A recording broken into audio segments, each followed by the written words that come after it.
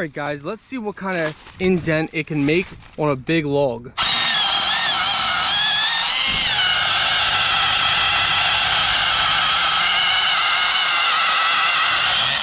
Holy cow guys, look at that. Okay, I think it's officially safe to say this is a monster.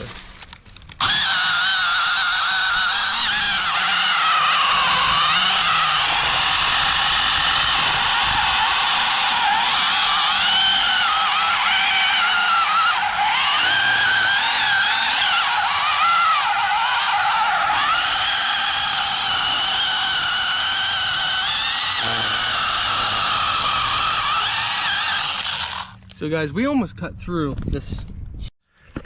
This one is definitely the best mini saw that I have used.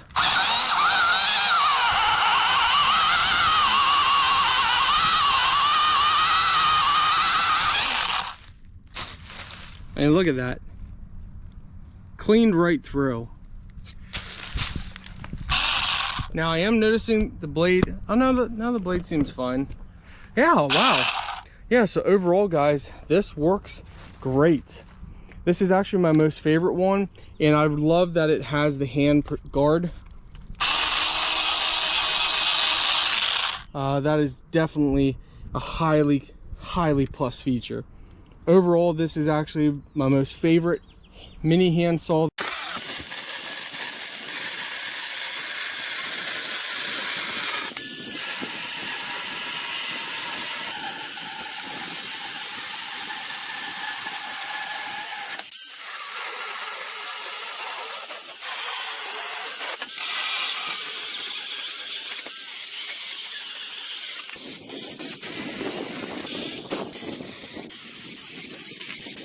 So we really tested out this saw today. We cut 2x4s, 2x6s, 2x8s, 4x4s, 4x6s. That's most of them. I mean, we cut a lot of them, and we even have just a, I mean, this just shows you a little palette of all the cutoff pieces and stuff. These were just little pieces that I kept from the building, but I tore a shed down and we used this to cut all of the wood. It did great. And I have this battery. This is one of the batteries that came with, and then this also is one of the batteries that came with.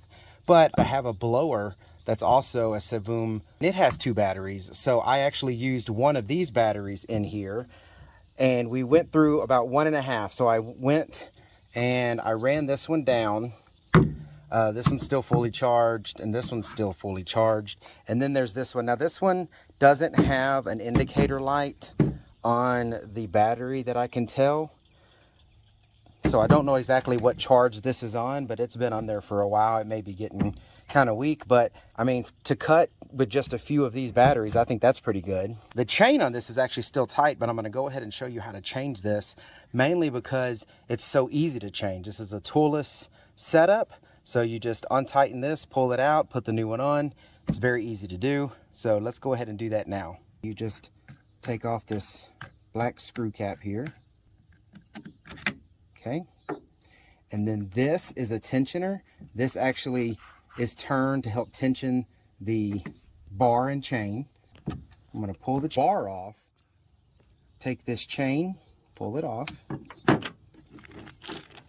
take your new chain, which it comes with 2, one that's already on the saw and one that's in the bag. Again, I'm changing this. It didn't need a change. That blade is still sharp, but I'm going to go ahead and change the blade just so we know how to do it. And then you also got to make sure this is going in the right direction. So the teeth, it pulls this direction. There's even a guide here. It shows you right here, if you can see it, it's kind of dirty, on which direction the actual teeth are supposed to go. But if you've done chainsaws before, you'll know the cutting direction of these chains, it needs to go this way. So this is the tooth, and it needs to spin this direction. So I'm going to get this bar. I'm going to put the chain on it, just like you would any other chainsaw bar. I'm going to go ahead, I'm going to put the chain back over the sprocket here, and then you're going to just set this on this little notch. There's a little plastic notch right here that you can just set your bar on. Now we're just going to go back to putting this on. We may have to slide it in or back. You want to make sure that when you're turning this, it seats. So I turned it this way to loosen it. It seats all the way down. The plastic, the black plastic and the green plastic is flush. So now that that's on there, holding that in place, you put back in your screw. This is your tightener screw that actually tightens the bar and the chain to the chainsaw. But before you go all the way super tight with this, just get it slightly snug, finger snug, like right there. You can use this green dial here to move this bar, so that will loosen or tighten. So that's loosening it, and then this is pushing the bar out to tighten it. Don't go too tight because you'll wear out your chains quicker, but make it where you can still just kind of pull them down a little bit. You don't want to be able to easily pull it down and have the blade teeth come out, because that's when you have a blade pop off. So you just tighten it just enough where you've got tension and you can't easily pull that down. So for me, that's about right there. And then you just tighten this black tightening screw up. That needs to be nice and snug, but again, it doesn't need to be too tight. So just hand tight and you're good to go. Now this thing is ready to go. Cut some more. And again, you can see the teeth here. This is the direction that the bottom of the blade needs to be going. And even on the bar, it will show you what direction the teeth need to be going. All right, so like I said, we loved the saw. This is actually wife and father-in-law approved. They were out here helping me, and anyone who picked up this saw seemed to fall in love with it. They said it was awesome, and I agree. All right, so if this video was helpful, please give it a thumbs up, and I will see y'all in the next video. Y'all take care. So here we're in our backyard. We have a lot of growth. We have to trim it. Okay, you can start.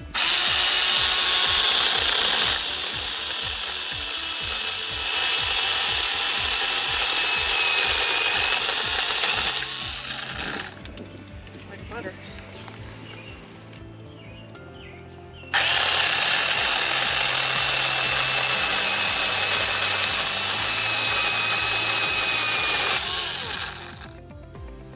So as you can see, it cuts fast.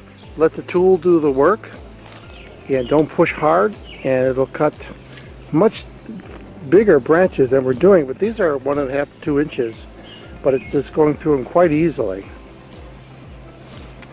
So here's a pretty thick branch that we're going to have my wife try and cut. Remember, let the tool do the work.